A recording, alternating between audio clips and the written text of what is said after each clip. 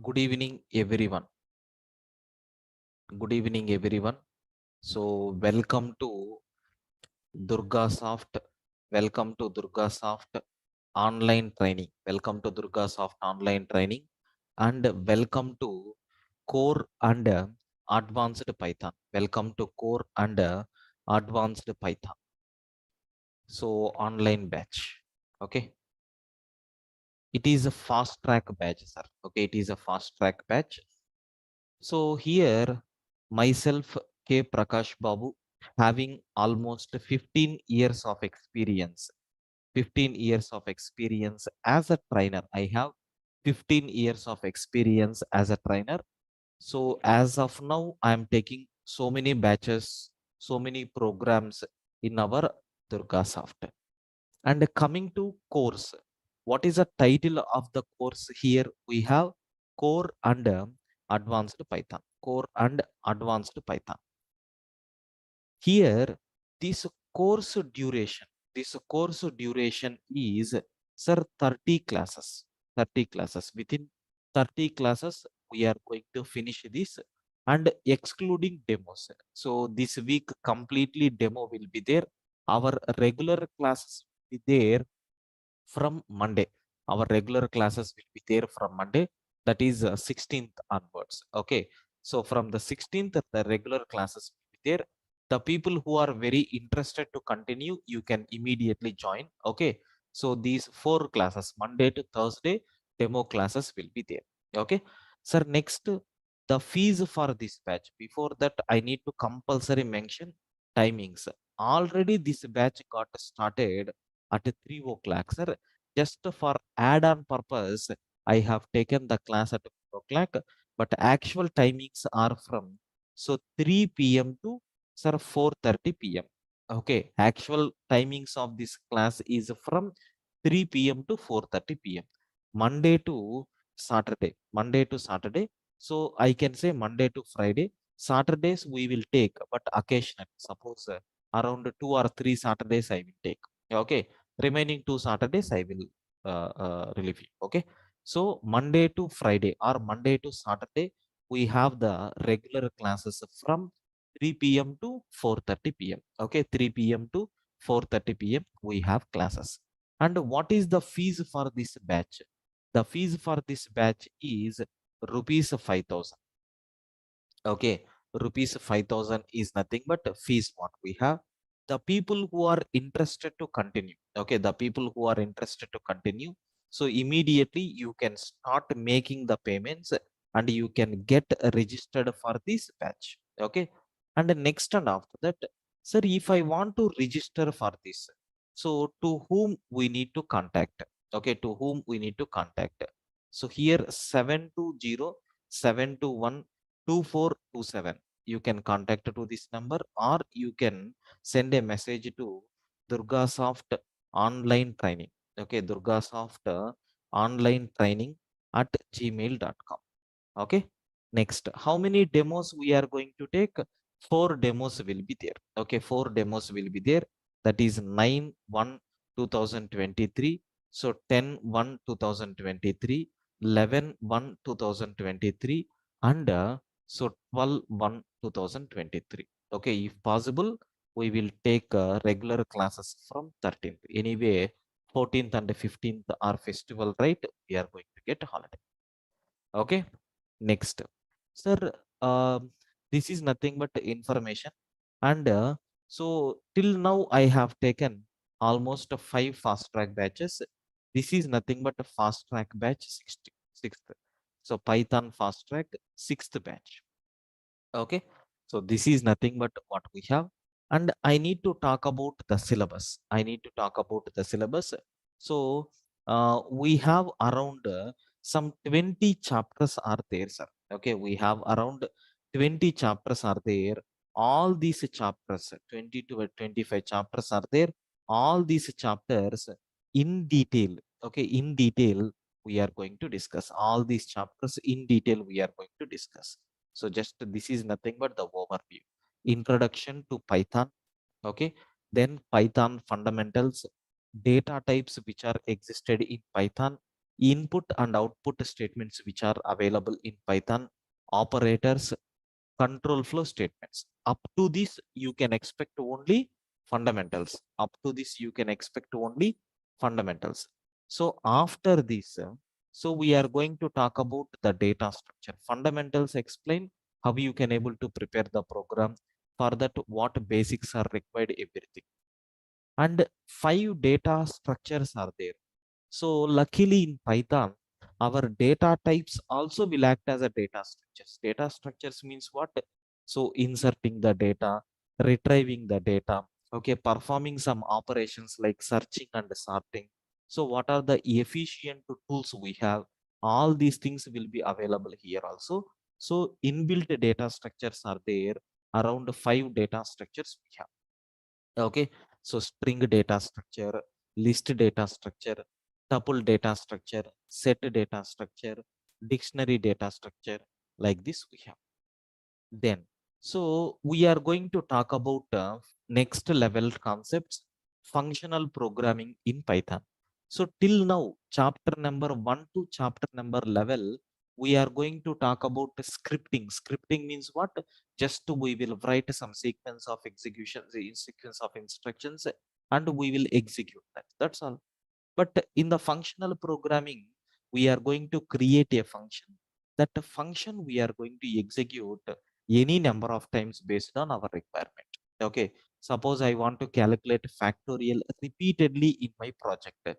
So if you want to write a program every time, it is a very difficult task. Create a module or create a package, place that factorial function in that module or package. Whenever you required, just create a link and access. Okay, this kind of a facility is very, very important, right? So that is called as functional programming. Okay, so you can use modules or packages, something like that. And we are going to see a small mini project. Okay, we are going to see a small mini project on this also. We are going to see a small mini project on this functional programming. A small program I will explain. Then next main agenda, object oriented programming. Like how you can able to provide security is the main agenda of object oriented programming.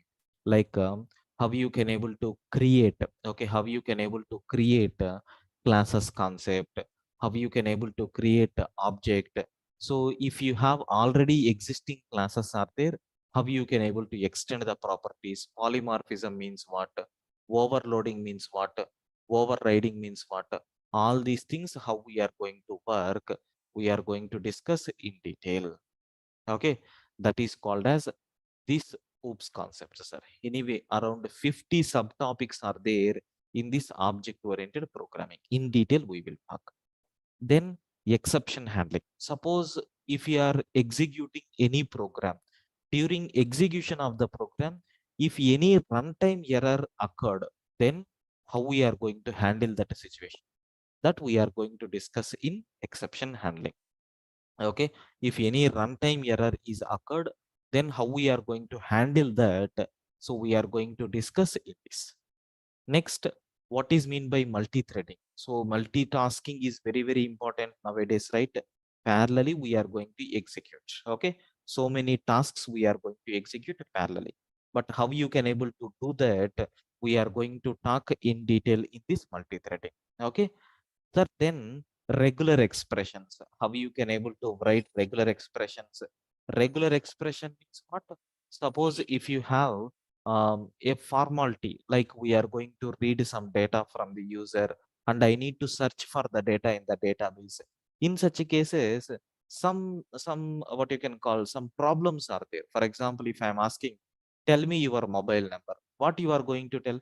For example, if you give 123 as your mobile number, is it a correct mobile number? No. But my application is going to accept that and it will store it in the database. It is not correct. Whether the data which is given by the user is following that particular proper format or not.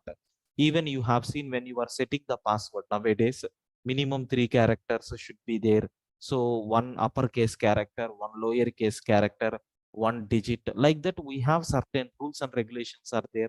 Like we are not touching the data, but we are checking whether the data is in a proper format or not. For that, we have to go with what's our regular expression. We have so many applications are there, around 10 applications we are going to discuss in detail in these regular expressions. Next, web scraping means what? Okay, so web scraping means what? How you can able to extract the data from websites. Of course, it is not that much important, but we will see some one or two websites. From that, how you can able to extract email IDs, how you can able to extract mobile number with live, we will see. Okay, so on these regular expressions, on these regular expressions and web scraping, we will see one project also, mini project. Then this is optional, but anyway, which is very, very important at the end. Sir, whatever you have written, sir, I have written a beautiful program for student attendance management system. Sir, I have accepted student hall ticket number. So attendance report for the 7 periods in day. So every data I accepted. You have to store that data in the database or not? Yes, because tomorrow attendance, today attendance, next day attendance, we have to calculate to get the final percentage monthly or yearly. Okay, so for that data must be stored somewhere, right? Whether it may be in your PC or server or any cloud, that is secondary. But whatever data you are accepting, whatever processing that you are doing, you should store that data. Okay, for that we have two phases are there. One is you can store the information on file. Second one is you can store the information on database. Okay, so we are going to see how we are going to deal with the files and database connectivity also we are going to discuss. With this, just a small project we are going to see.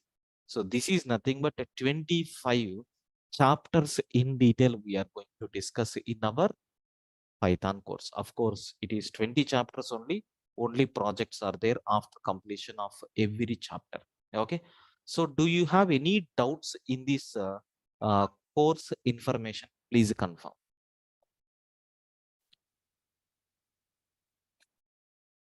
Yes.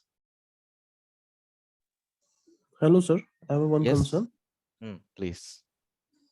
So in 30 days, we are able to understand full Python, as you said that. Yes. Yes. Yes. You can able to understand.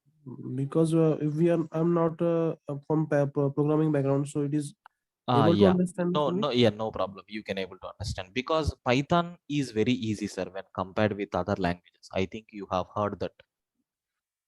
Okay. Okay. Python is not that much difficult programming language. So you can learn Python in a very easy manner. Instructions, everything will be very clear and easy. So not that much difficulty will be there. So after this, we are able to apply for a real time in a real company after that. Yeah, yeah, you can apply, sir. But whatever fundamentals are required, everything we are going to provide from here. Okay. Thank you. Right, sir. Any other queries, friends? Please feel free to ask your queries.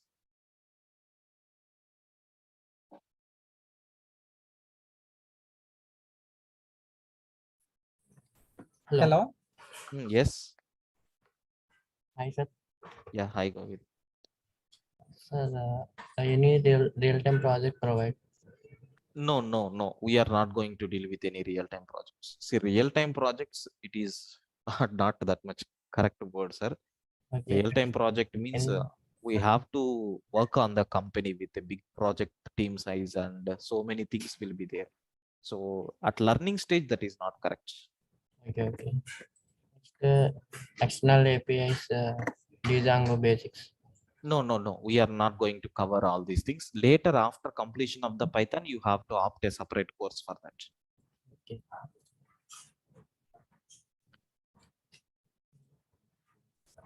Thank you, sir. Right.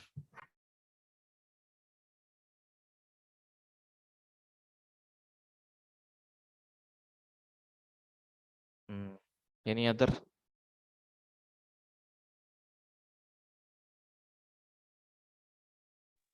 Any other doubts? Yeah, hi sir. Hi. Sir, this Python will be helpful for data science. Sir, data science main agenda is Python only. Okay. Okay, so without the Python basics, even you can't spend one day on data science. These are going to give the benefit there. If they are writing lambda expressions, you should know in advance what is meant by lambda expressions. There they won't explain. Okay. Sir, is it offline is already It is, available? it is online, sir. It is online. Already the batch was started in the last week. Okay. Sir, here contact number is yours, sir. No, no, no, no. It is our admin team. Okay, thank you. Right. Yeah. So hope all your doubts are cleared. So I will continue the classes, sir. Okay. Now, sir, first, just to give some kind of benefit for you people, I will write some Python programs. I will write some Python programs so that you people are going to feel how much easy my Python programming language is. Direct programs I will take. So don't look into that in detail. Just try to understand at the top level, because I have not yet started Python fundamentals. On the first day, first topic, if I execute a Python program, you people are going to get confused. But so my confident on this is nothing, but just I am explaining how much easy Python is. Beyond that, nothing.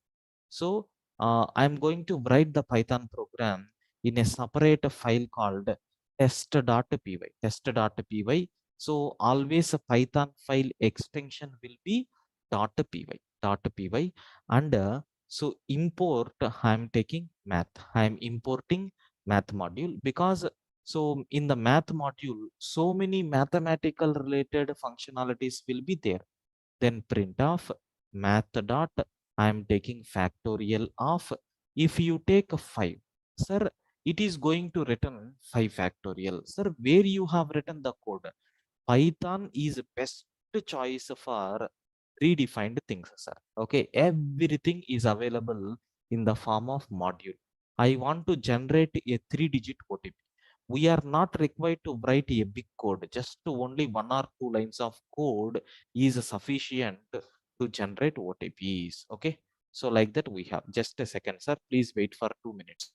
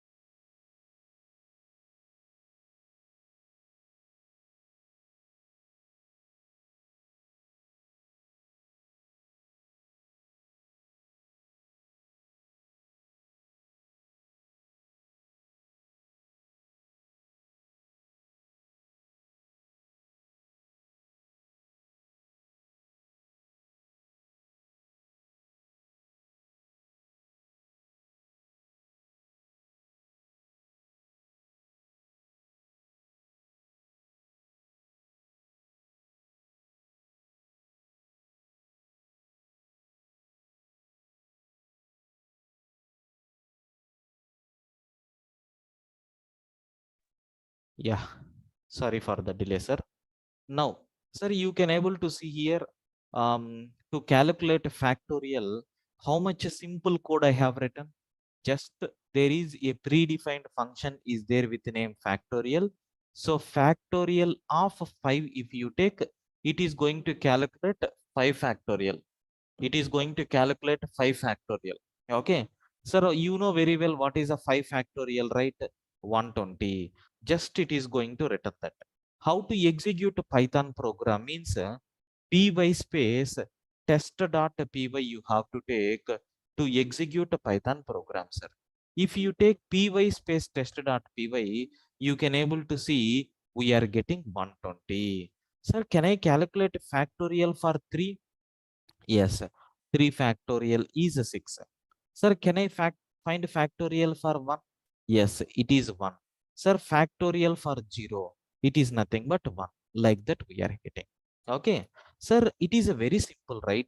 So we are not required to write a big lines of code in Python.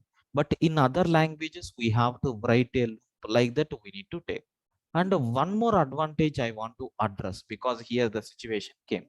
Is it possible to calculate a factorial of 10? Yes, in all the languages we can calculate. But is it possible to calculate a factorial for 100? It is highly impossible to find a factorial for 100. Okay, in other programming languages. But in Python, yes, you can find out. Because, sir, there is no range concept. So there is no range concept in Python. Everything will be treated as a Python object. So this object memory allocation will be there. So content can be anything. There is no particular limitation on the range. Okay, so I hope you people got this first Python program in very clear manner, sir. Can you please confirm, is the concept is clear?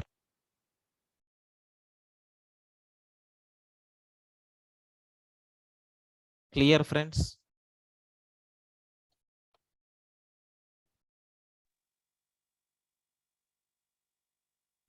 Yes, sir, clear. Right. Now, so next, sir, why these many students are there? Kindly respond, sir. Is not correct. So next one, sir, I want to write a program to generate some 3-digit OTP. 3-digit OTP. For that also, there is one special method, a method or module is there with name random.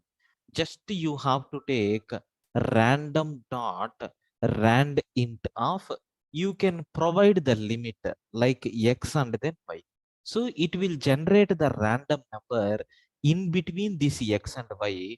But remember in Python, first argument is mandatory. Second argument is sir, first argument is included, last argument is excluded. It will generate any random number from x to y minus 1. Sir, I want a 3-digit. From where the 3-digit numbers will start? 100. Where the 3-digit numbers are going to end? You can provide 1000. 1000 means 1000 minus 1 will become 999. So 999 is included. Now you can able to check. First time I am executing, I got a 3-digit OTP like 589. Same program, I didn't do any modification. Second time I'm trying to execute, you can see we are getting 539. Third time 700. Okay, fourth time 134. Every time, is it generating a random values or not? Yes. So this is nothing but what we have. A simple, how many lines of code we have written? Only, so 2 lines of code we have written just to generate a random value. So from 100 to 1000, that is nothing but in our point of view, I can say 3-digit OTP. Okay, sir, clear up to this second program? Is it clear for you people? Yes. Right. The people who are feeling Python is very difficult, I think with this at least you got some 10% fear is gone. Okay, now I want to start our actual syllabus. That is nothing but introduction. Introduction to Python. Sir, who introduced Python?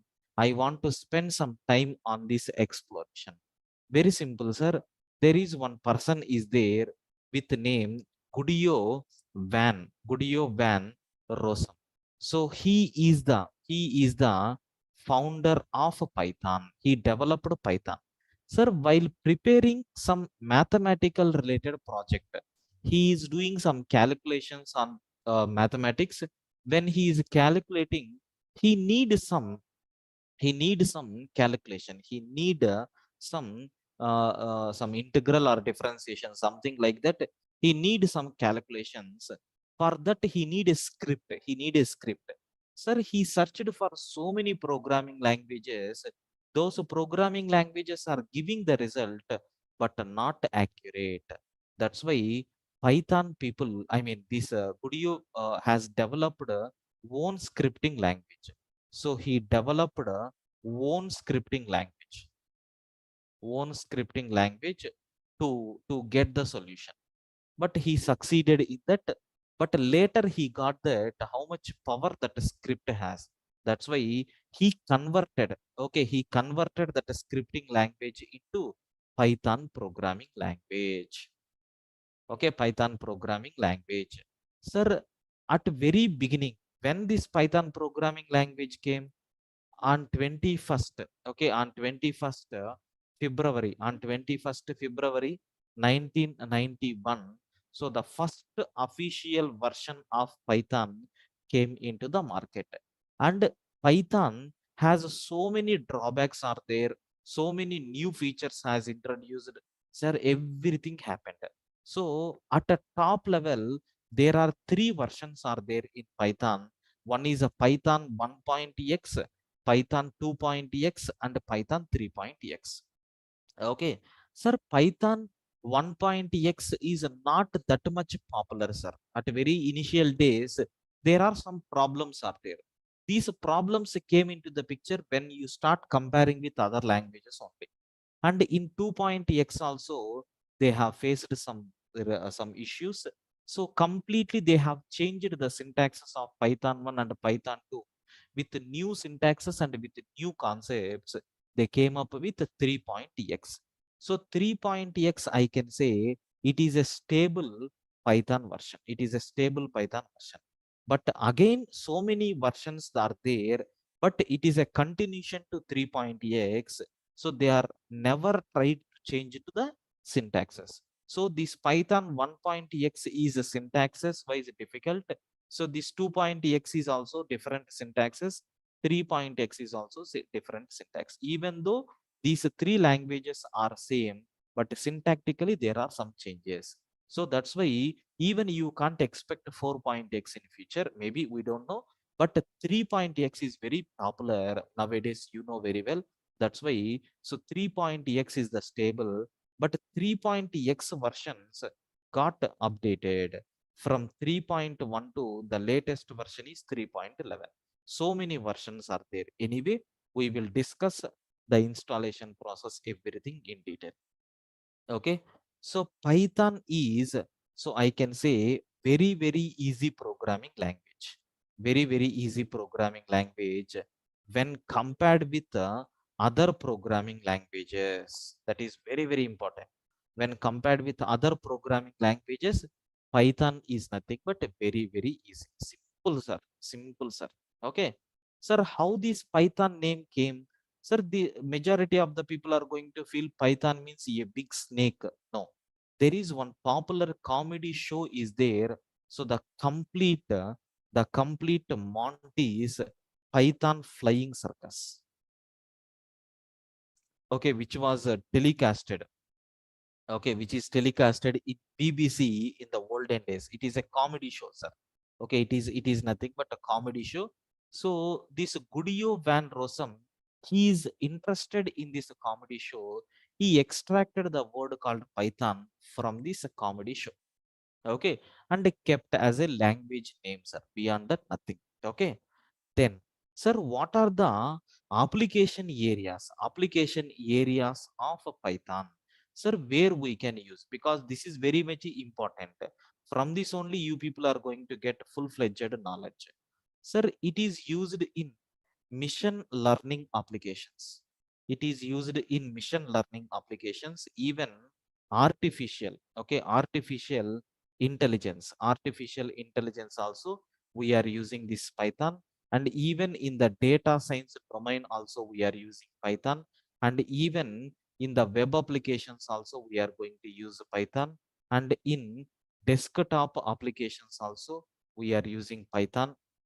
Next, and after that, distributed applications also we are going to use Python, and even in the gaming domains also we are using Python, and even in data analysis also we are using Python. Like this, we have different areas are there where we can use Python. And some people are going to feel, sir, really Python we are using in the real time. So just one small question. So which companies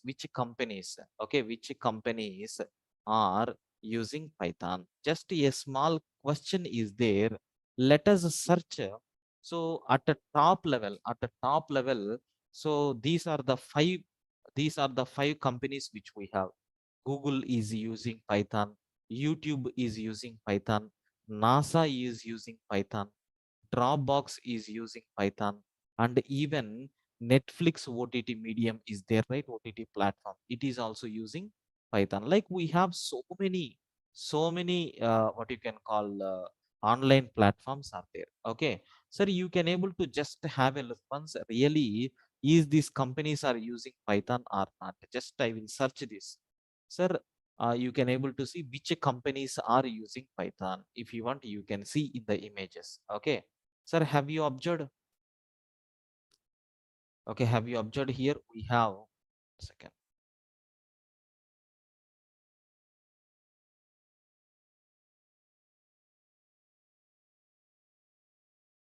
Yes, you can see top companies using Python. Netflix is there, JP Morgan, NASA, YouTube. Okay, so Google, Instagram, IBM, so Amazon, Hike, Yahoo. Like we have so many companies are there. Still, they are using Python. I hope you people got very clear clarity about this. Can you please confirm? Do you have any doubt in this introduction? Please confirm.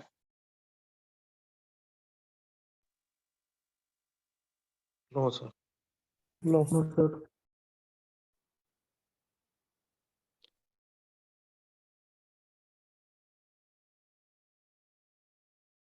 Right.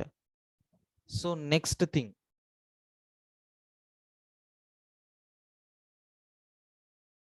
softwares required to execute Python application. Sir, softwares which are used to execute Python.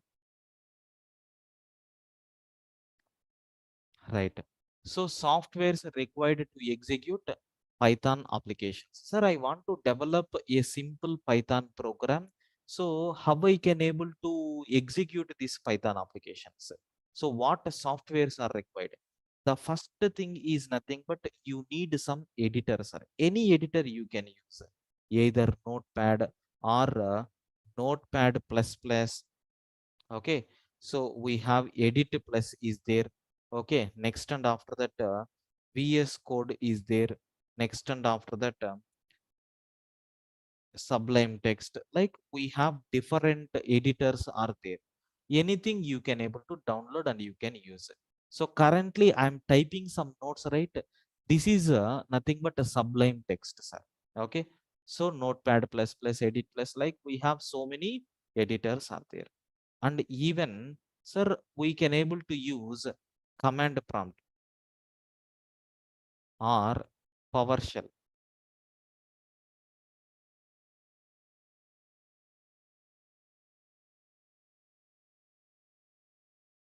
So it is a default available in every Python, I mean every operating system. So it is existed in every operating system. Command prompt will be there, or we can able to use a PowerShell, anything. So here I have executed the programs, right? This is called as a command prompt. Anyway, tomorrow session I will give that clarity how you can able to work with it. Next, you have to install Python latest version. Python latest version also. Anyway, I will explain installation process also after completion of this. Sir, even we have some IDs also there. IDs means what?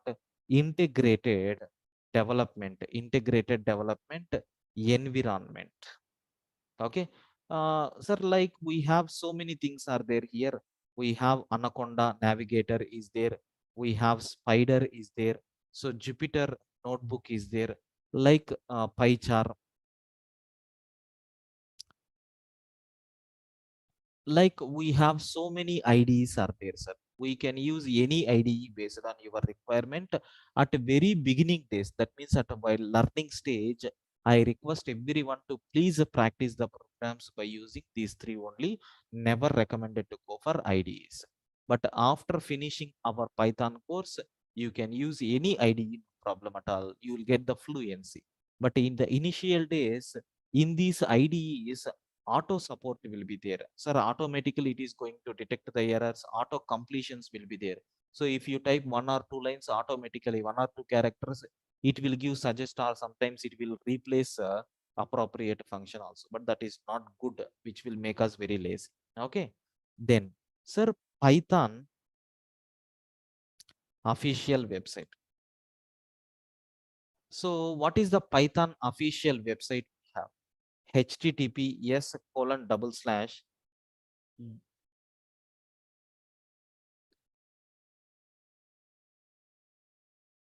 So www.python.org is the official website what we have. Okay. So this is nothing but Python official website. If you want to download Python software, everything possible from here only. Okay. So downloads. What is the latest version? Here you can 3.11. Sir, the complete information like documentation, anything you can get it from this thing, sir. And we are not required to pay any amount for this. It is a completely freeware and open source. And I told, right, what are the different Python versions are existed. So I told, so Python 1.x is there, and Python 2.x is there, and Python 3.x is there. In Python 3.x, 3.1 is there. So Python 3.2 is there. Okay. So in Python 3.3, so Python 3.4, so Python 3.5, so Python 3.6, Python 3.7. 3.8, so Python, so 3.9, so Python 3.10, and what is the latest version? Python 3.11. This is nothing but what we have. Anyway, now I am going to explain installation process, installation of Python, how you can able to install in your machine.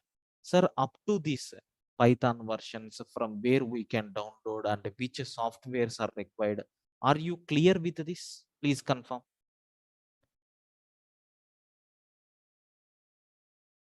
Is it clear? Yes. Right. Yes, sir. Good. Yeah, clear, clear. Right. So I want to install this Python, sir. So if you want to install Python software, so already in my system, already Python is there, but I don't want to uninstall and again reinstall. I already prepared one beautiful video for this. Okay, just I will play that video so you can able to watch very clearly. So how you can able to install that Python, sir. Okay, just have a look once how it will be.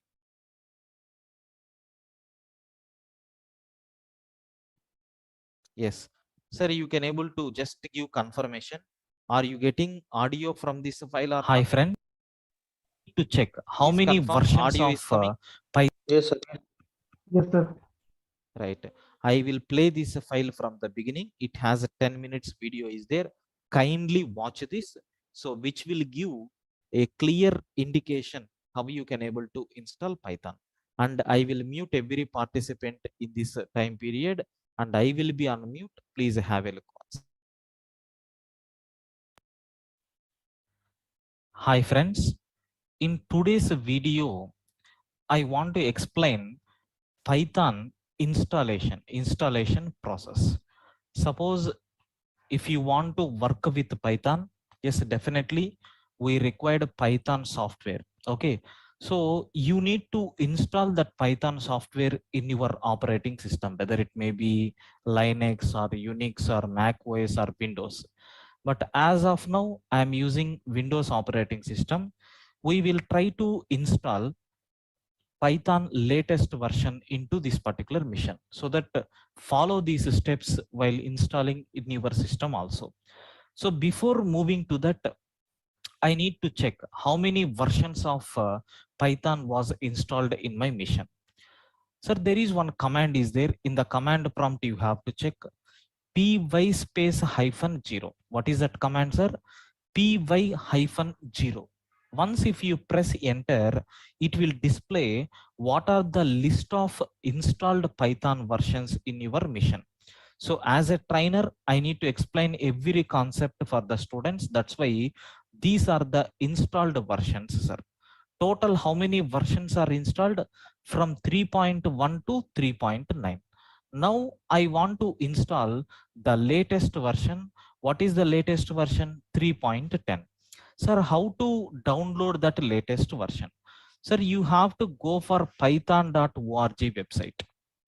Okay, http://www.python.org. Okay, in this website you can find the latest version of Python. As of now, the latest version of Python is nothing but 3.10. Let us check whether it is available or not. Yes, download. Okay, download Python 3.10.5. Just click on this, automatically your download is going to be started. Okay, almost it is having 27 MB file. Let us download it.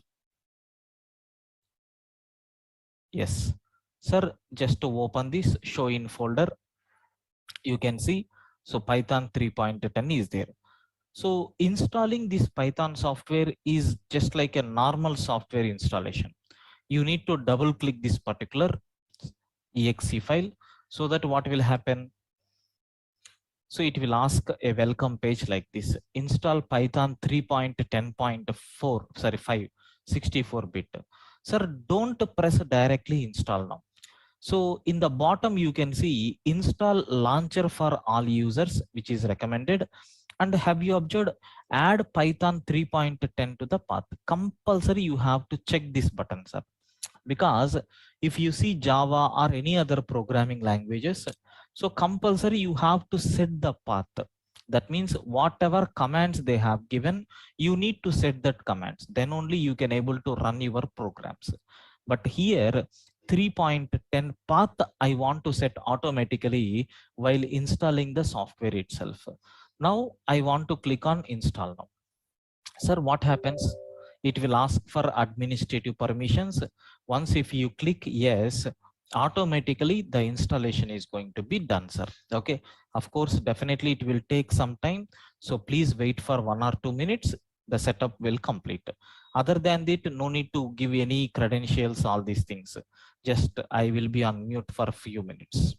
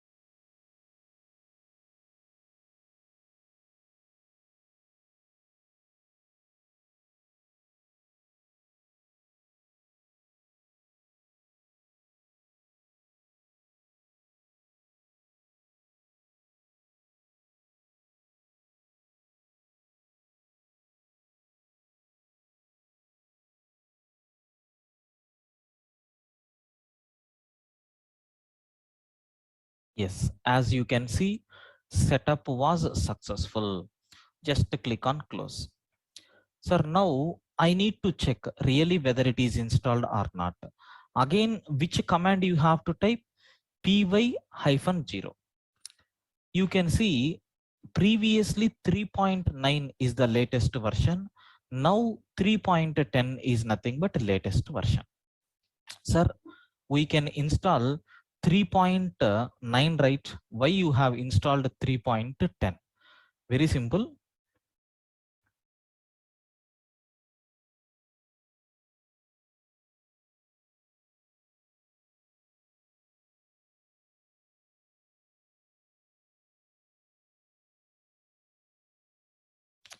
Sir, now I want to write a program to differentiate what is the difference between these two. Okay, let me take one simple Python program. Observe carefully. Sir, I have taken small x is equal to something like 10. But while printing, I am taking capital X. Okay, I have taken small x only, but by mistake, I have taken capital X in my printing statement. How this error is identified by Python? How this error is identified by Python? So py space test.py. As of now, I want to execute this program in 3.9 version. 3.9 version. If I execute this program in 3.9 version, what error message we got? Name error. Sir, name x is not defined. Same program I want to run in 3.10. Sir, there is a more meaningful error message we are going to get. Name x is not defined. Did you mean small x? Like that, it is giving some kind of hint. Sir, one more example. I want to take one dictionary like 1:one. Of course, these topics we will cover in future. Sir, two like this. That's all. That's all. Now I want to execute this code in 3.9. Sir, what it is telling? Unexpected end of file while parsing. Let me take in 3.10. Have you observed? Here it is indicating, array, there is one syntax error. Closed open bracket you have used, which was never closed. You have not closed this particular bracket. So such a type of more meaningful error messages are introduced in which version? Python 3.10. Not only this one, we have so many things are there. Of course, if time permits, everything we will discuss in our Python course. Okay. So in this video, I hope you got clarity how you can able to install Python software into your mission, right? Yeah, enjoy. Thank you, sir.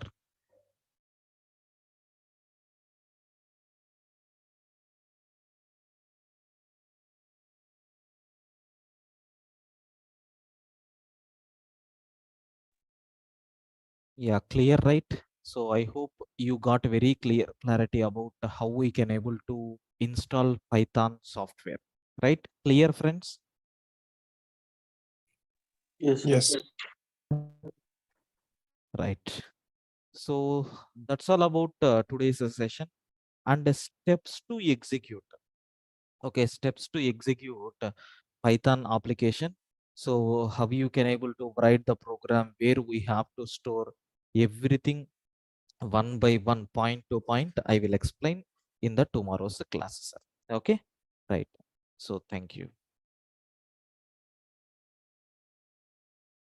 Yeah, good evening. So in the last video, just we have started a new core and a Python advanced batch. Okay, advanced Python fast track batch.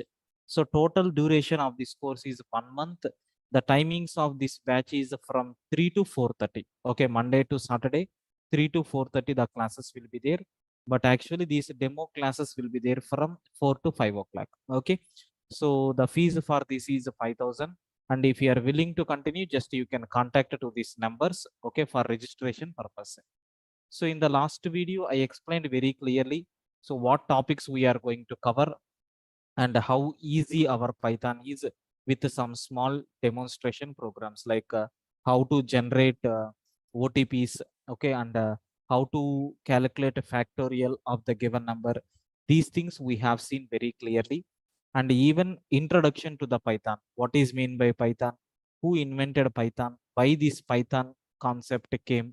So what advantages are there? Everything we have seen. And even the main application areas of Python also we have seen. Almost in every area we are using Python. So few of the examples are I listed. And even we have seen the top MNC companies, okay, which are using Python.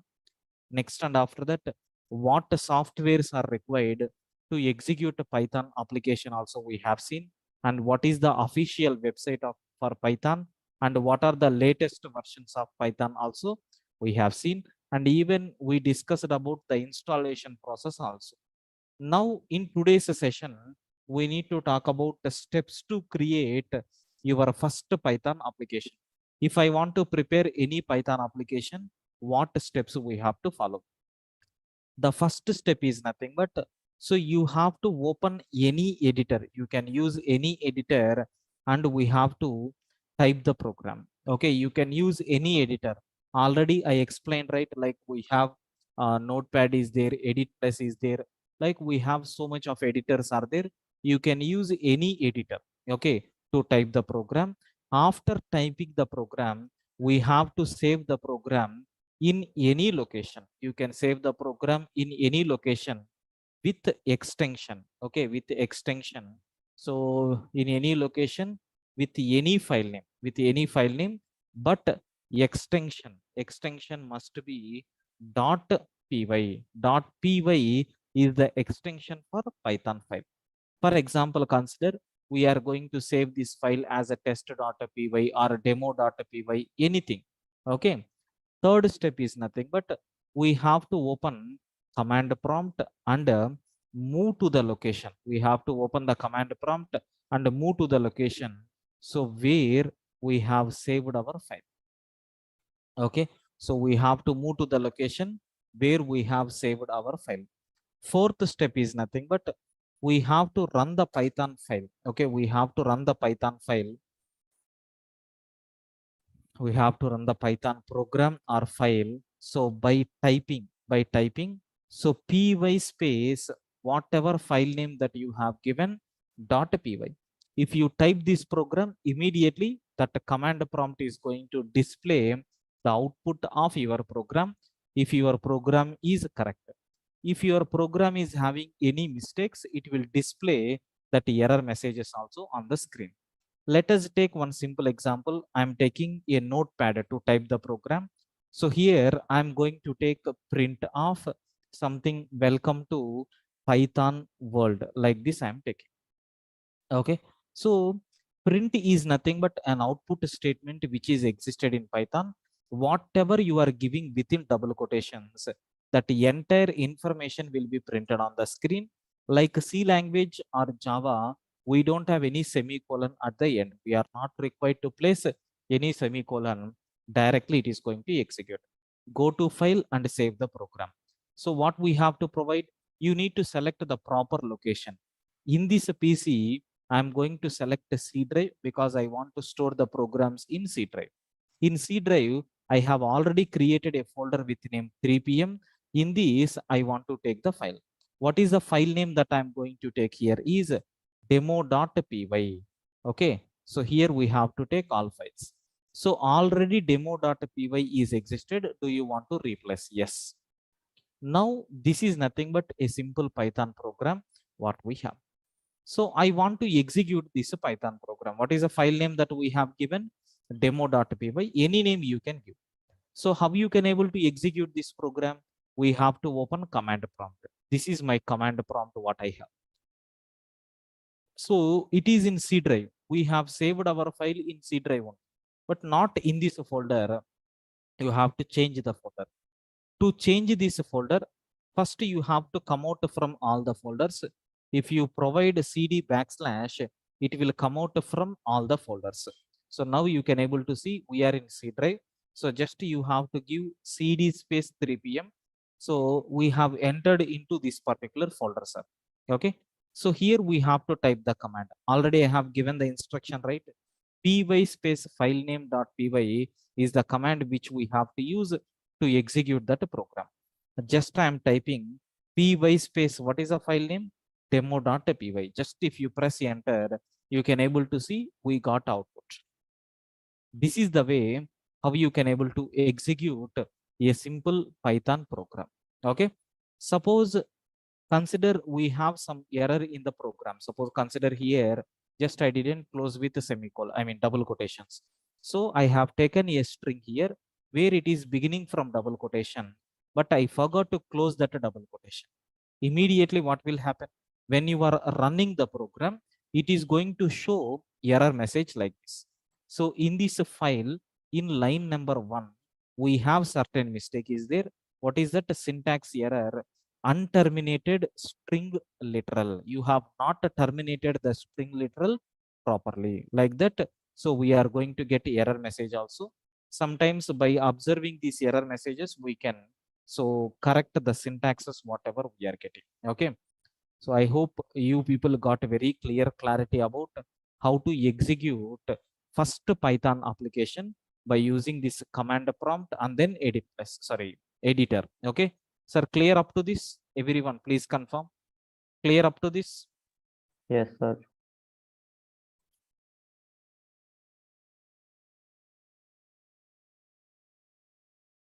Yes, I request everyone to please respond. Clear up to this? Yes, sir. Yes, sir.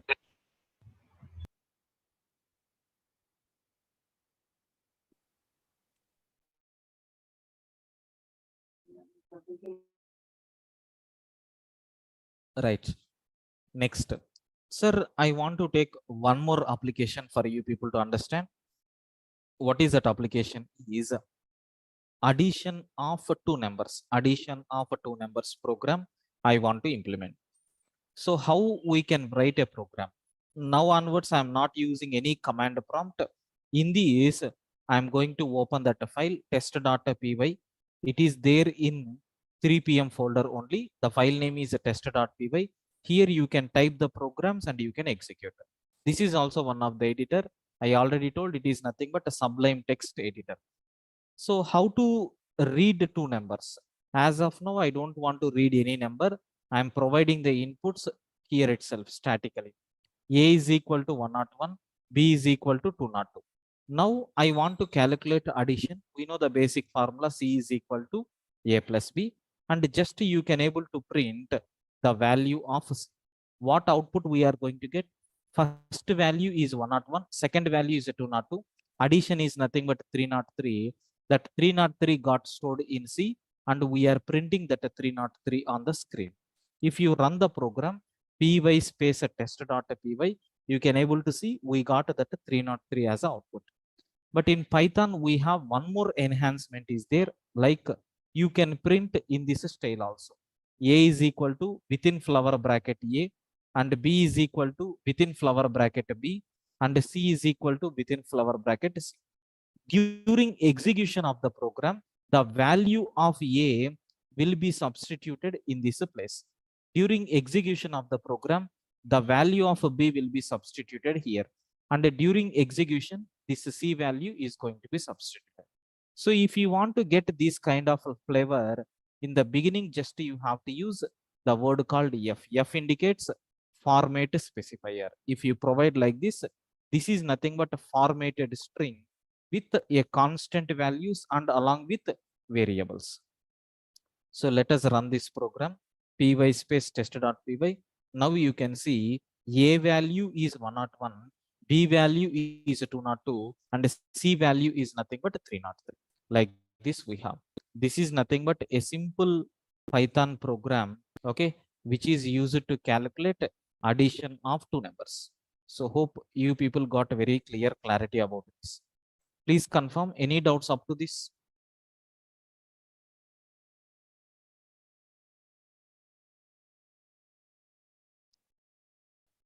Clear?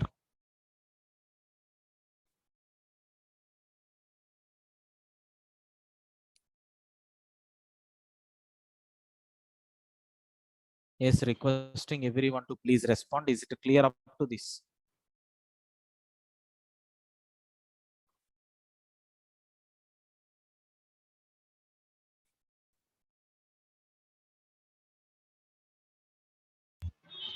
Yes, sir. So let's go with the next topic what we have here. In the fundamentals, the next topic is the keywords. So here, what is mean by keyword? How you can able to represent the keywords we are going to discuss now. So keyword is nothing but it is an important word in Python. It is nothing but an important word in Python, or we can able to use it is nothing but a predefined word in Python. So here the meaning and functionality, the meaning and functionality of these words are already defined in Python libraries. So for example, if I am taking if and if you are checking A is greater than B. So by taking this A is greater than B, what this if is going to do, already they have defined in Python. So these are called as libraries. The libraries, we have provided the meaning for each and every word. Such type of words are called as keywords. And there are some alternative names also there for keywords. We can call it as either keywords or predefined words, or you can use the name called reserved words. Any name you can use. Okay, next. So like other programming languages, we are not required to remember all the keywords which are existed. By default, there is a separate module is there for that. That module is nothing but a keyword. So in your program, just we have to import that module. Now there is one statement is there. By using that statement, you can get all the list of keywords which are existed in the current version. For that, Python people has given a function. That function name is nothing but kw list. So what it is going to do, it will list out so all the keywords present in Python. So let me take one simple example program for this. So here I am taking keyword dot kw list. If you take, then it is going to list out all the keywords. Let us have a look once. Py space test.py I am taking. You can able to see these are nothing but a list of keywords which are existed in Python. I think some keywords already we have seen, right? If you observe here, we have already seen which keyword, import keyword. So import keyword already we discussed. Okay, so I think so that's all. Remaining keywords anyway we are going to discuss in our upcoming classes. Okay, so these are nothing but what are the list of keywords which are existed in Python. Version to version, maybe a chance of getting one or two new keywords. And there is one small note is there in this. So all these keywords, okay, all these keywords are written in lowercase letters, okay, except the following, except the following three. So here, if you see true, T is beginning with a capital letter, false, F is beginning with a capital letter, and none, N is beginning with a capital letter.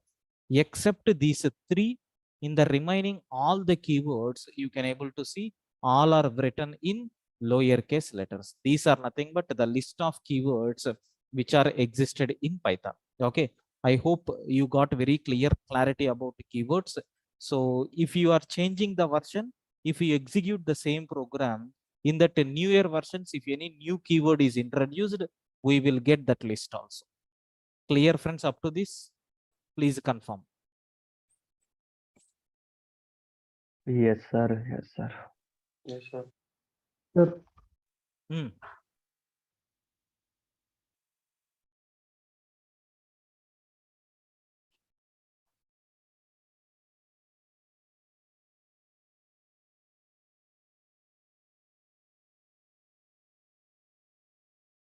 Right.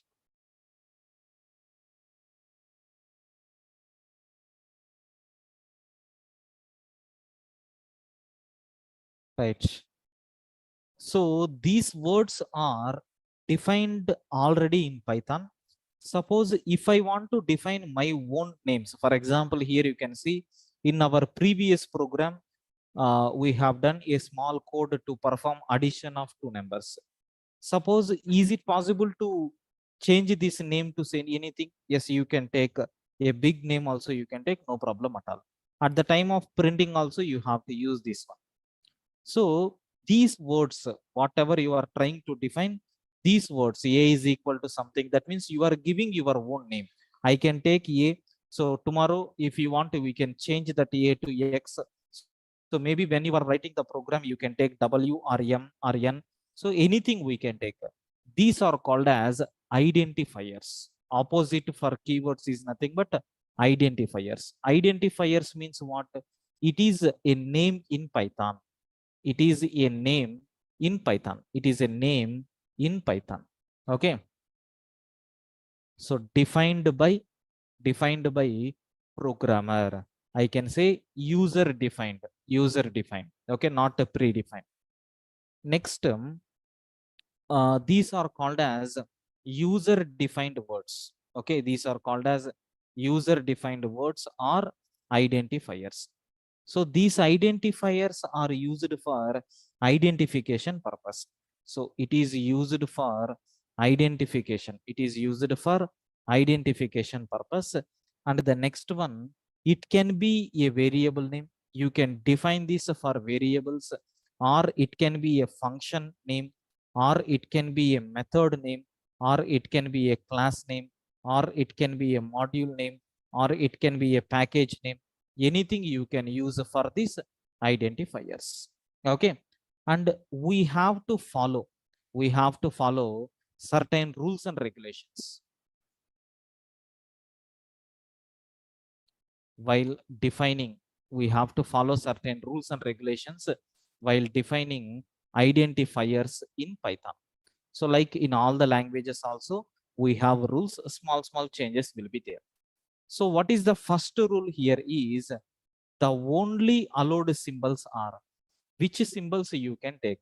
Small a to small z you can take, capital A to capital Z you can take, 0 to 9 also you can take, even underscore is also allowed. No other extra symbols are entertained. For example, if I'm taking ABC, yes, it is a valid identifier in Python. If I am taking ABC123, it is also a valid identifier in Python. If I am taking Prakash, in this, so in the place of yes, if I am taking dollar, is it valid? Means it is invalid. What is the reason? So dollar is not allowed, special symbols. Suppose if I am taking amount, at the rate MOUNT. So if you are trying to take like this, it is also invalid. The reason is you can't begin with, forget about the beginning, but this at the rate symbol is not included in my symbols list, right? That's why it is not allowed. Suppose if I have student percentage is there, so we can't take like this, it will become invalid. To overcome that problem, spaces problem, they have introduced underscore symbol. Now you can take underscore symbol, it will become valid. So the allowed symbols are nothing but small a to small z we can take, capital A to capital Z we can take, 0 to 9 we can take, underscore also we can take. And these are nothing but some of the examples what we have. Like this, still we have 4 to 5 rules are there. Can you please confirm, is this keywords and identifiers the first rule that we have to follow while defining the identifiers? Is it clear for you people?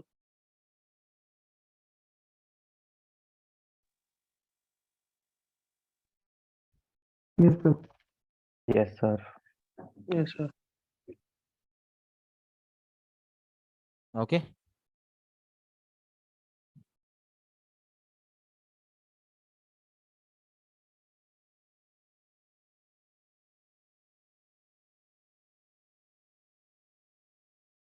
Right. Second rule what we have here is, the second rule, it should not begin with a digit. You can't start with a digit. Okay. For example, if I have ABC, is it valid? Means yes, it is valid. ABC 1, 2, 3 is also valid. But you can't begin with a digit. If you are taking 1, 2, 3 ABC, it will become invalid. Example also, if you want, you can see A123 is equal to, I have 999. If you print the value of A123, we will get that 999. Okay. But can I take this A123 as, so for A123 means it is invalid. Immediately we are going to get syntax error. What is that error? Invalid decimal literal. It is considering it is something like a constant value. That's why it is not a properly formatted. Okay. Like this we have. You can't start with a digit. Cannot begin with a digit. Next, third rule. Identifiers, it should not be a keyword name. Okay, it should not be a keyword name. Already we have keywords, right? So because these keywords are already having some meaning and functionality, you are not allowed to pollute that meaning. That's why we can't use that keyword names. For example, if I am taking ABC, it is valid. If I am taking IF, is it valid? Means invalid. With this name, already some identifier, sorry, some keyword is there. If you are trying to take, so what will happen? We are going to get a syntax error saying invalid syntax. So can I take capital I? Means yes, no problem, because already I told very clearly in the beginning, all the keywords are written in lowercase letters. So small letters if is there, but this if condition is, I mean, this if word is not there. If it is not predefined, you can use, but never recommended, because you people are going to get confused, right? That's why it is never recommended. So can I take true like this? Means no, we can't take, because with this name already some keyword is there. Can I take true? Means yes, valid, but it is also never recommended, because these words are already having some meaning. So similarity words we are not allowed to take. Next one, identifiers are case sensitive. Okay, identifiers are case sensitive. That is, lower case letters and uppercase letters are different. Okay, example, if you take here, consider I have a variable is there with name ABC. Its value is 100, otherwise 101, otherwise 111. And I have ABC is there with value 222. So capital A, small b, capital C is there. Its value is C. So small a, capital B, small c is there. Its value is 444. Like that we have. So all these names are different or same? All these variables are different variables, not the same. If you want, you can print a comma b. Sorry, if you print ABC comma ABC comma, so ABC comma next ABC, like this you can take, no problem. The output what we are getting is individual values. So 111, 222, 333, 444, like this we are getting.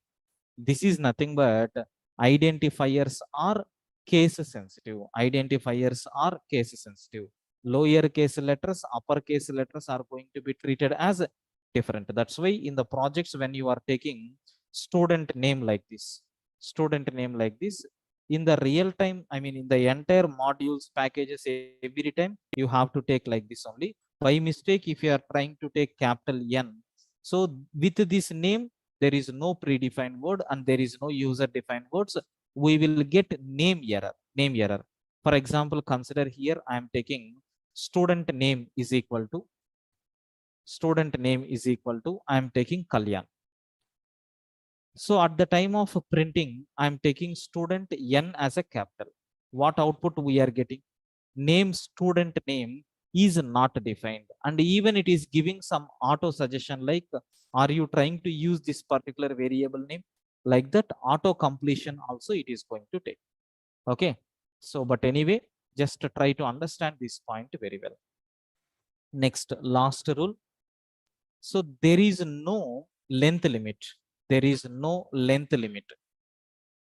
Okay, but recommended to take short names. Okay, because so it is very difficult, right, to remember the names which is having more length, and readability wise there is a problem. That's why it is never recommended to take like this.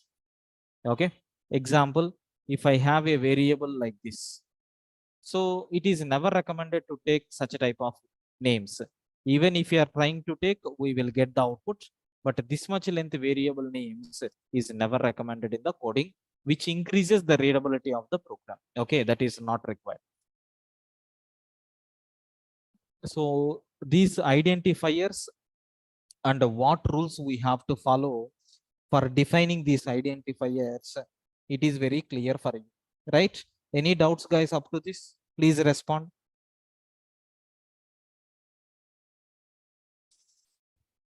No, sir.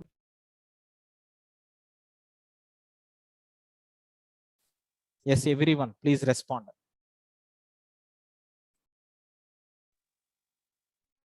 Right. So after these keywords and identifiers, the next immediate topic, comments. Comments in Python. How you can able to define comments in Python. So you know very well comments are going to play an important role. Comments are used for providing a description. Okay. So first point, it is used to provide description. Okay, description about the code, or about the instructions which you have written, or about the program, or about the project what you have developed. Okay, and yeah, which we have written, it is used to provide the description about code or instruction or program or project. So what is the main purpose of this is nothing but it improves readability of a program. Okay, and the following are the various types of comments existed. The following are the various types of comments existed. We have two types of comments are there. One is nothing but a single line comment. Second one is nothing but multi-line comment. Suppose you are writing a small code like a is equal to 10, b is equal to 20. Now we are printing a comma b, something like this, and I am going to take a comma b is equal to b comma a, b comma a, and after this I want to print again a comma b. So if I'm writing this code and if I'm executing, you can see the output what we got is 1020 and 2010. Successfully the code is going to execute, nothing is there here. But the problem here is, so if any person is trying to open this program, they can't understand what is the main functionality of this program.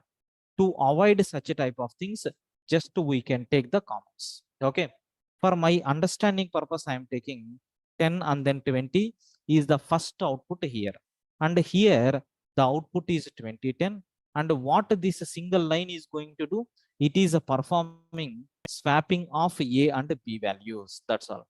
Now at least some people after reading this, you can get clarity that this is the instruction which is used to do swapping of two numbers. But without this pound symbol, without this hash symbol, if you are trying to take this one, it comes under a program. Immediately my Python interpreter is going to raise error message because it is not a proper statement. That's why you have to begin with hash. So then the code is going to work fine. So this hash is nothing but a comment. So what this line is going to do, that I am going to provide in the form of comment.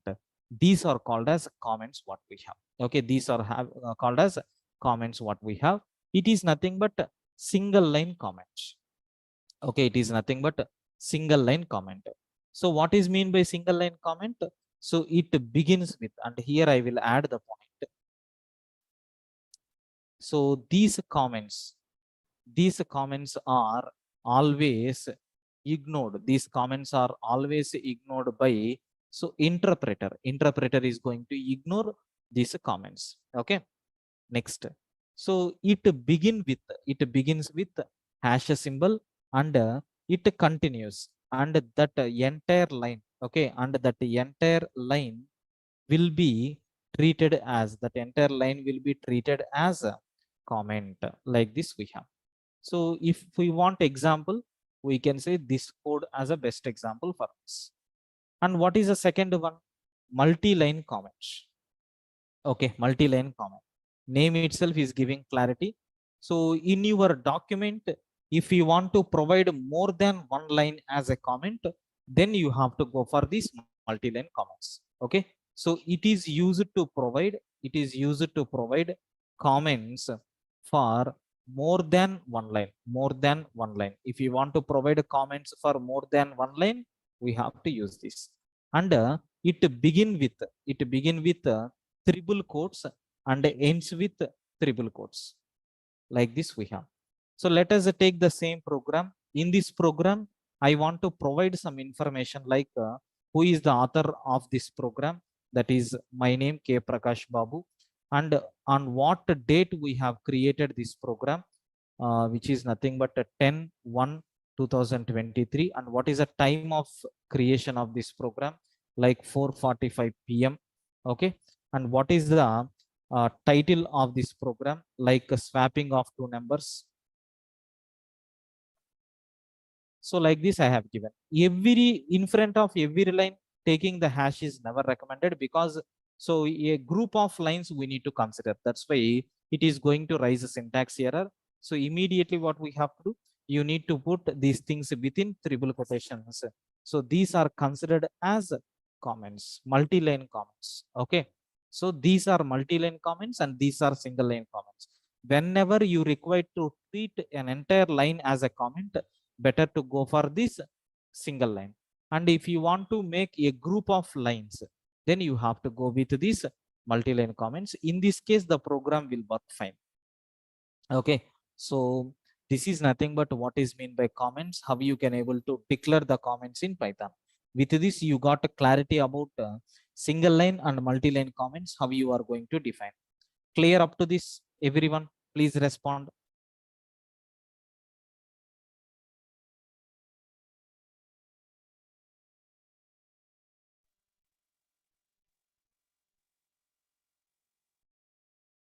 Yes, please respond. Clear?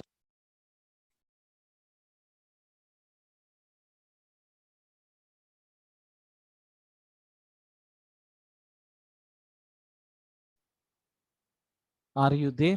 Please confirm. Yes, sir.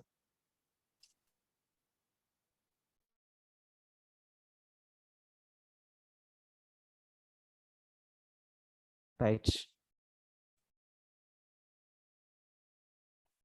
So the next concept what we have here, four important functions in Python. So to learn any advanced concept in Python, or to learn any basic fundas, so in this we can see here the first chapter what we have, introduction to Python and the fundamentals. So if you want to prepare any Python program, you need some basic idea about some functions. So those functions I am going to define now, which will be very useful in our upcoming classes.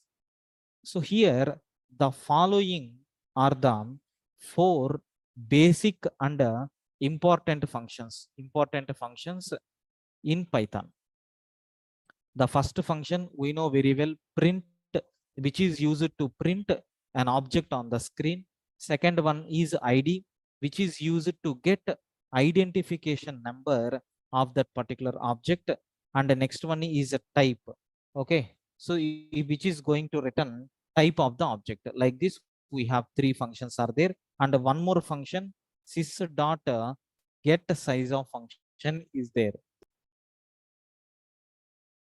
So these are the four important functions what we have in Python. Okay, of course still we have so many functions are there, but these are important functions.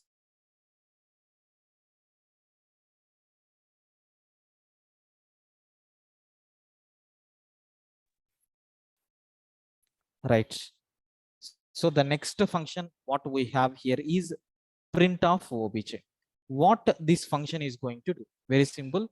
It will print of obj. This is the function name.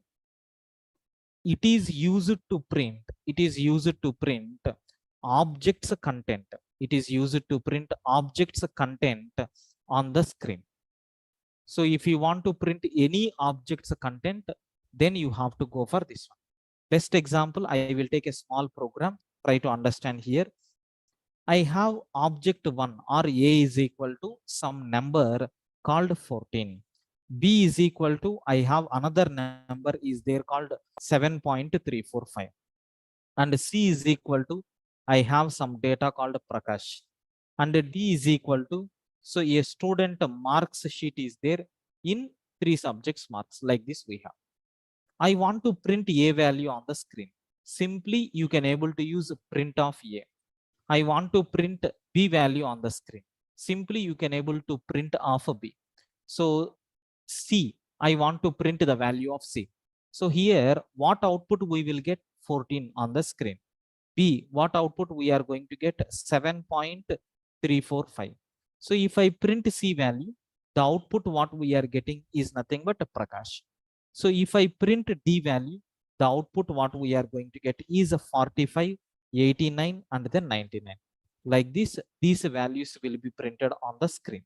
Let us execute and see what happens. You can able to see we are getting all these values on the screen. So I hope you got clarity about how this print function is going to work. Next, immediately there is one more function is there with the name type. I think from the name itself you got a clarity. If you are passing any object, what it is going to do? It is used to return, or it returns the type of the object. What type of object you have passed? Is it a integer value, or is it a floating point value, or is it a string value? Like it is going to return the type of the object. So if you take this example, in addition to a, I want to check type of a also. A value is 14 and it belongs to of type class integer. Remember these words. Okay, so class, all these things we will discuss in detail in our object oriented programming, but it is of type integer because a content is 14, right? Similarly, if you print b and if you ask what is the type of b value is 7.345 and it is of type class float. So C value, and I want to check type of the C. Prakash is nothing but the output, and it is of type class, okay, string. It is of type class string. And what about D? I think it is a new terminology for you people. Anyway, we are going to discuss in our upcoming classes. It will become class of type list, a group of values, something like array in other programming languages.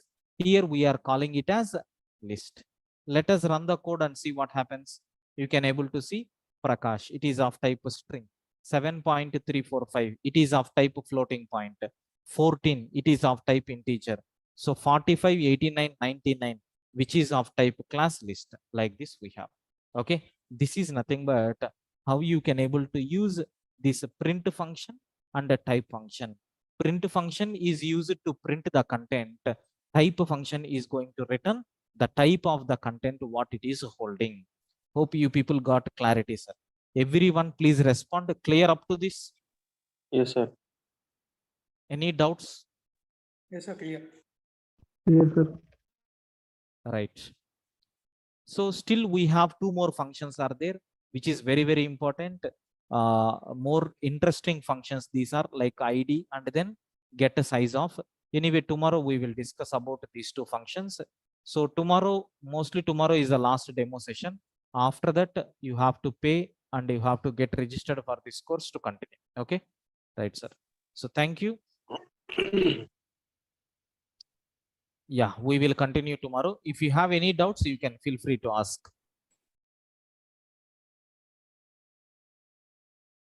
Good evening. So in the last videos, we had a discussion about the fundamentals of Python, like who introduced Python, where we are using Python, what are the application areas, okay, what are the steps that we are using to execute the Python program, and what is the official website for Python, what are the various versions of Python available. Okay, so even we have seen keywords, identifiers, even so comments, how you can able to define the comments. Single line comment means what, multi-line comment means what, and four important functions in Python. What are the four important functions which are available, and print function. So even we had a discussion about the type function. Now anyway, we have to talk about id function and the sys.getSize of function from today's session. And let me give one more time this revision. So this course is core and advanced Python fast track. It is a fast track batch because 1.5 hour class will be there, not from 4 o'clock. It is from 3 to 4:30. And the total we have 30 classes will be there in this. And the timings will be from 3 to 4:30 p.m. Monday to Saturday. And fees for this batch is 5,000. And this is nothing but the contact number, or you can contact to this one. And we are going to have today max last demo will be there. From tomorrow we are going to change the link, and syllabus also in the first video I explained very clearly. Okay, now let's continue from this whatever we have covered. Print function we have seen, which is used to print the object's content on the screen. Next we have type of obj function is there. It is going to return the type of the object. Next we have one more function is there with name id.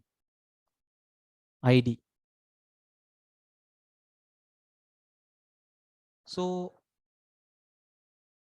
what is this id function? Okay, it is used to print, or it is used to return address. It is used to return address of an object. Address of an object. We know very well, whenever you are taking the data, compulsory it is going to be stored inside a memory location, right? So that memory location address, this id of obj is going to return. It is used to return the address of an object. Sir, how you can able to return the address of the object? For that id function is there, but internally Python is going to follow certain rules, sir. What is that rule? Let me explain with some 3 examples.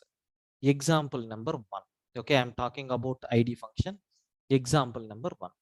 Suppose if I am taking x is equal to 10, that's all. I have declared only one object. Inside memory location, what will happen? A variable x will be stored, and x is pointing to this particular memory location. And what is the content of this? This content is nothing but we have 10. Like this, we have example number 1. So if we are trying to store any value, that value will be allocated with some memory location, and it is having some address. Okay, some we can say this address in the sense, sir, I am taking some random value. You can't give guarantee, sir. Okay, you can't give guarantee. It is going to return a random. Okay, now let me take example. Sir, I am taking x is equal to 10. I want to print x value. We will get a 10. Sir, I want to get id of x. It is going to return a random value 1, because even you can't give guarantee for that. Py space, I am running the program. You can see 191829416398 is nothing but random value what we have. Okay, this is nothing but a random value what we have. Now, sir, yes, example 1. Sir, it is very clear for you how we are getting these things. Example number, what is the second example here we have? Okay, 1 second.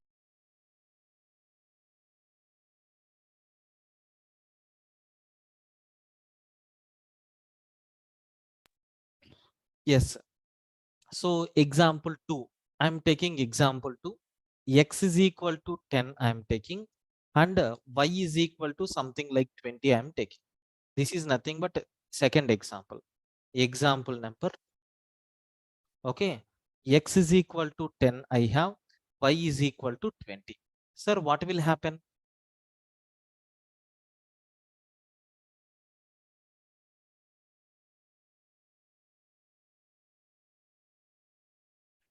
So the content is nothing but a 10, and here the content is nothing but a 20, and x is located here and y is located here. This is nothing but the address.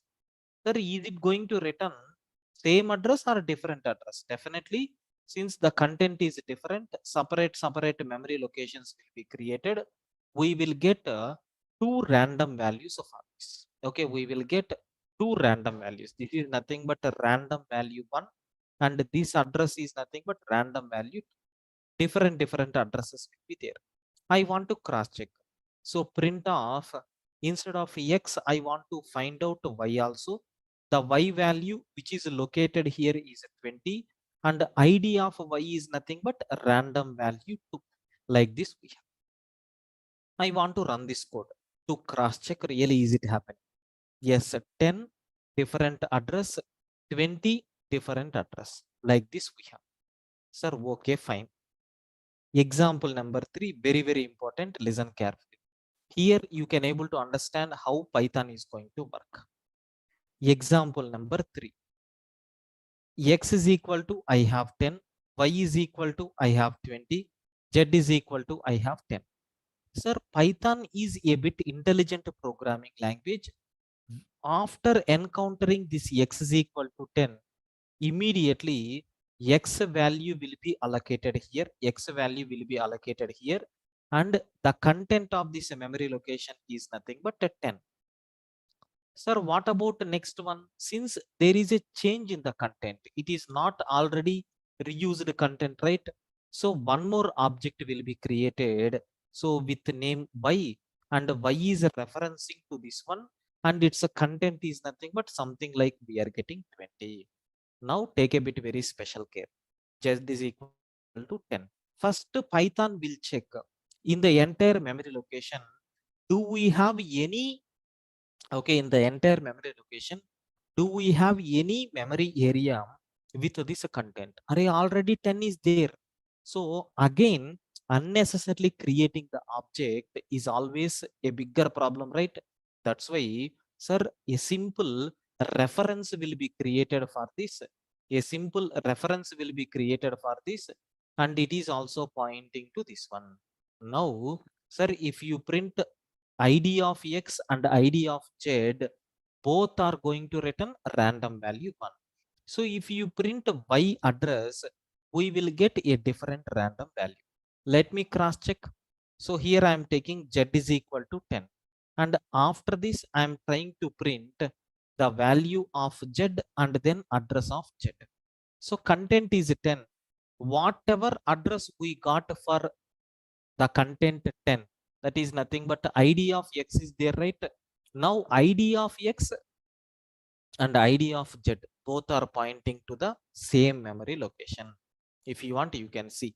Sir, are you seeing 155 911 9? Let us see last 5 digits: 27920, 27920. Like that we have. This is nothing but how you can able to see, sir. Okay, I hope with this you got some idea about how internally memory representation will come. Now here there are advantages are there, at the same time disadvantages are there. What advantages we have? Suppose if you have some thousands of crores of objects are there with the same content, unnecessary memory wastage will be there. That we can able to resolve here just by taking only one object. Multiple references are going to point to that object. This is the first thing. Second thing, there is one problem is also there with this. What is that problem is, suppose x and z both are pointing to the same memory location, right? Consider this x wants to do some modification. Okay, this x wants to do some modification. So it is updating this particular element as a 11. Now, because of this modification,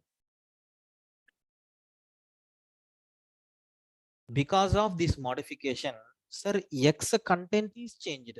At the same time, Z content is also changed, right? Yes, because multiple resources are pointing to the same variable. Definitely, there will be some issues. This is nothing but the problem what we have. That's why, sir, what Python people decided is all these Python objects, okay, all these Python objects are divided into two categories. One is nothing but mutable objects, and the second one is nothing but immutable objects. Sir, mutable objects means what? Where you can able to do modifications. Immutable objects means what? Where you can't do modifications. So mutable objects and immutable objects, two types of objects we can able to expect. One is allowing modification, another one is not allowing modifications. Okay, I think with this you got very clear clarity about id function. Can you please confirm, do you have any doubts about this id function, friends? Please confirm.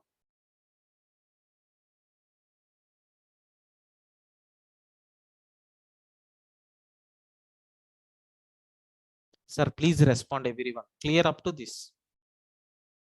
Yes, sir. Yes, sir. Right.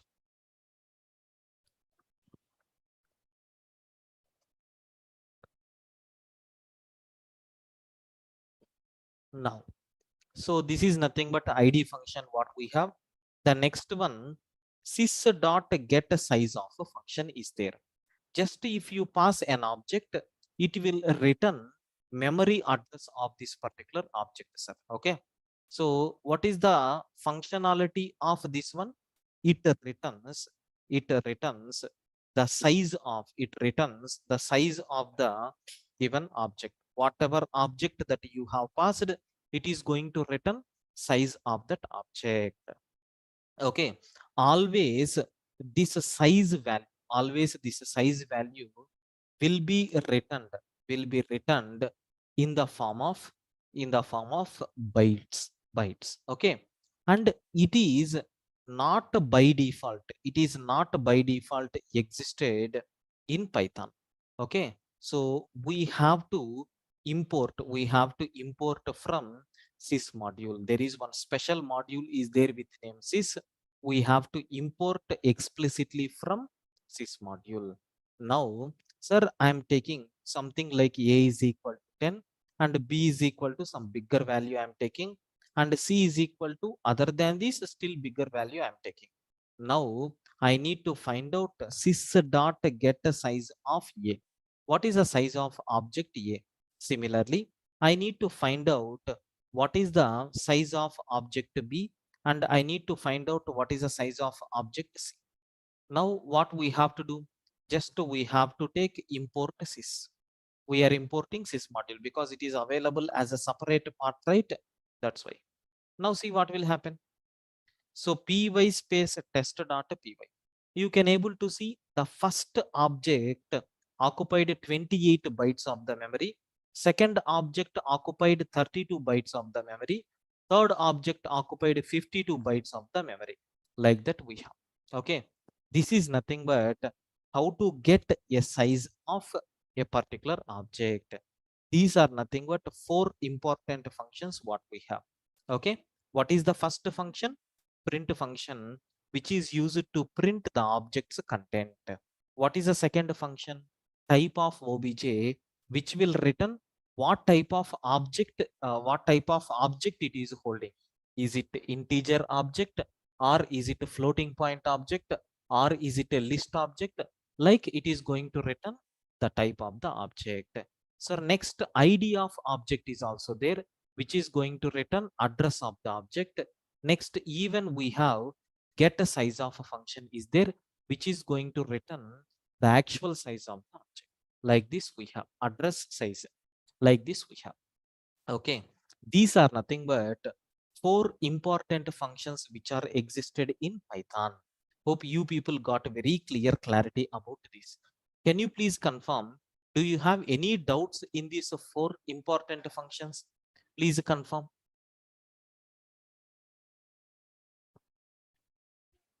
Sir. Clear? Everyone, please respond.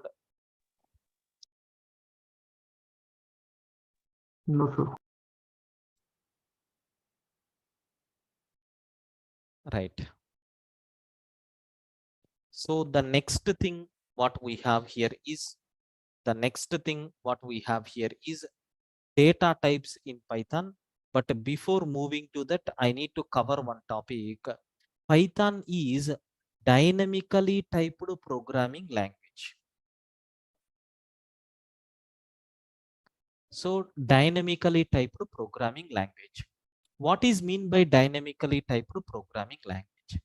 Sir, other programming languages like we have C language, C++, Java, right? So such type of programming languages are called as statically typed programming languages. Means what? So before using, okay, in any programming language, okay, if any programming language requires so data requires variables to be declared before using in the program, then such type of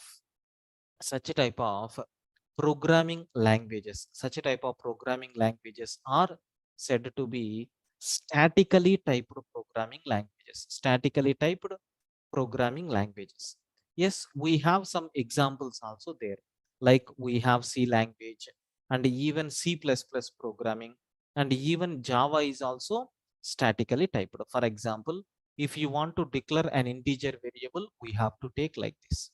Now, if any programming language requires, okay, variables to be declared at the time of usage, okay, without any data type name, such type of programming languages are called as dynamically typed programming languages. So best example for this is nothing but Python. Sir, in Python, simply you are going to take x is equal to 10. So we are not giving the type in advance, right? X is what type of data is it is holding? Is it a integer type or is it a floating point type? Or we are mentioning those kind of things? No. So such type of programming languages are said to be dynamically typed programming languages. Okay, these type of programming languages are said to be dynamically typed programming languages. Sir, right? Okay, everything is working fine, no issues at all. Okay, then why you have told this concept? Because in Python we have to talk about data types. Sir, just now you told the data type concept is not required, because based on the type of data which you are assigning, automatically it is going to consider. Then what is the need to study data types? Very simple. As a programmer, compulsory we should know what are the different types of data, right? So for that purpose we are taking these data types. As a programmer, we should know what are the different types of data types are existed. For that I am taking this one. So hope you people got very clear clarity, sir. Can you please confirm, do you have any doubts about this one? Is this concept is clear for you people? Yes, sir. Right. So coming to these data types,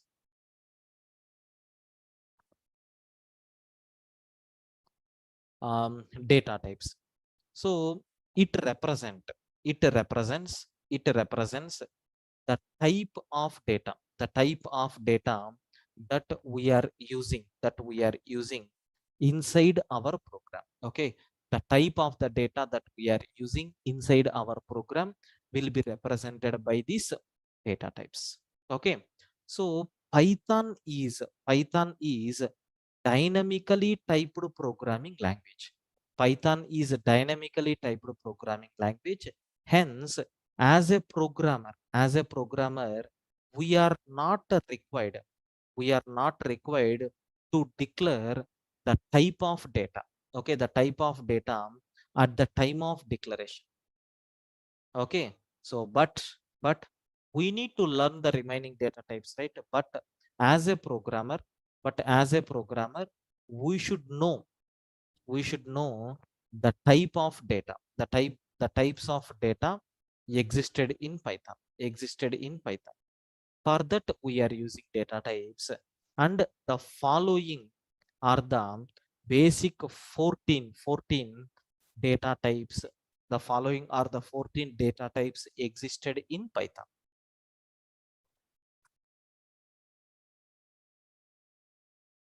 The first one what we have here is integer data type. Second one, you know very well, floating point data type. So third one, we have complex data type. Fourth one, we have string data type. Okay, before that, Boolean data type. Next one, we have string data type. Next one, we have bytes data type. Okay, byte array we have. Next, and after that, we have bytes data type is there. Next, we have list data type is there. Next, we have tuple data type is there. Next, set data type is there. Next, frozen set data type is there. Next, and after that, dictionary. And next, and after that, range. And last one, none. These are nothing but in total 14 data types are there. In this, some data types are mutable, some data types are immutable, and some data types are basic,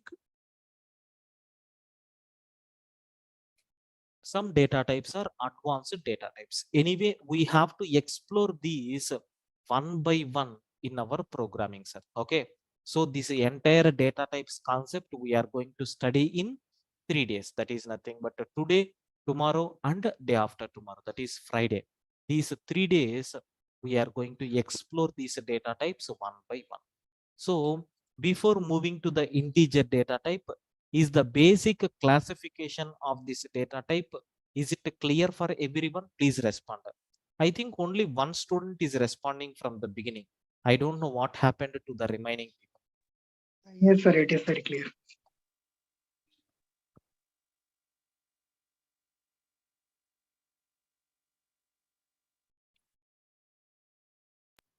Yes, sir. Right. Now, so the first data type what we have here is integer data type. Integer data type. Sir, what is this integer data type? Very simple. It is used to represent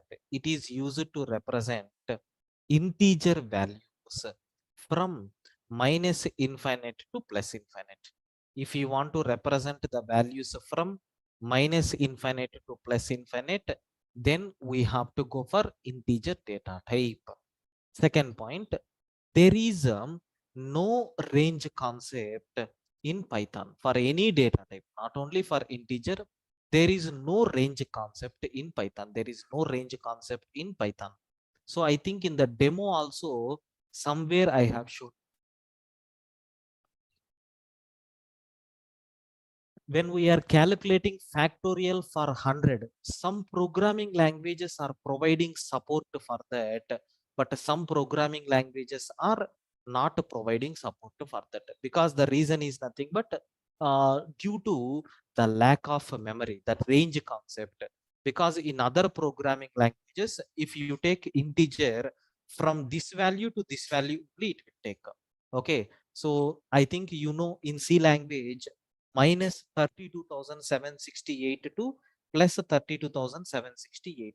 Like that only we have integers. So in such cases, the language is not providing any flexibility for the programmer, right? So keeping that in the main context, Python has removed these kind of situations in Python. So we don't have any range concept here. If you take either integer or floating point or any other data type, if you take, this is the limitation. Such type of things are not there. It can able to store any big value, any small value, no issues at all. And it is of type class. It is of type class integer. There is one default type is there.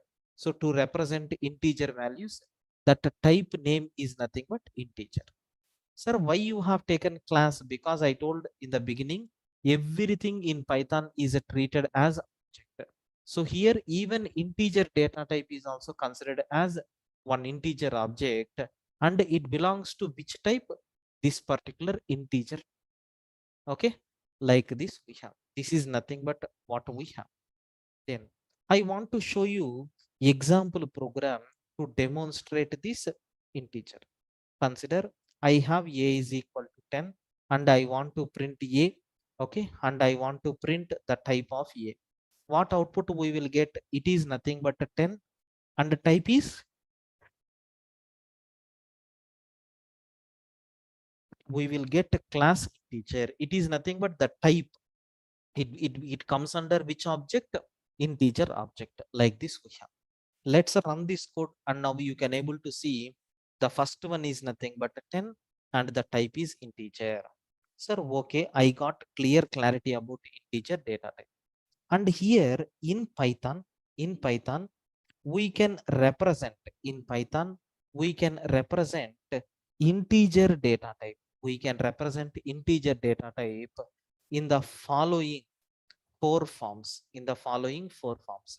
What is the first form? Here we have decimal values. Okay, first one what we have here is nothing but decimal values. Second one what we have here is octal values are there. Okay, second one what we have here is octal values. Next one is hexadecimal values we have.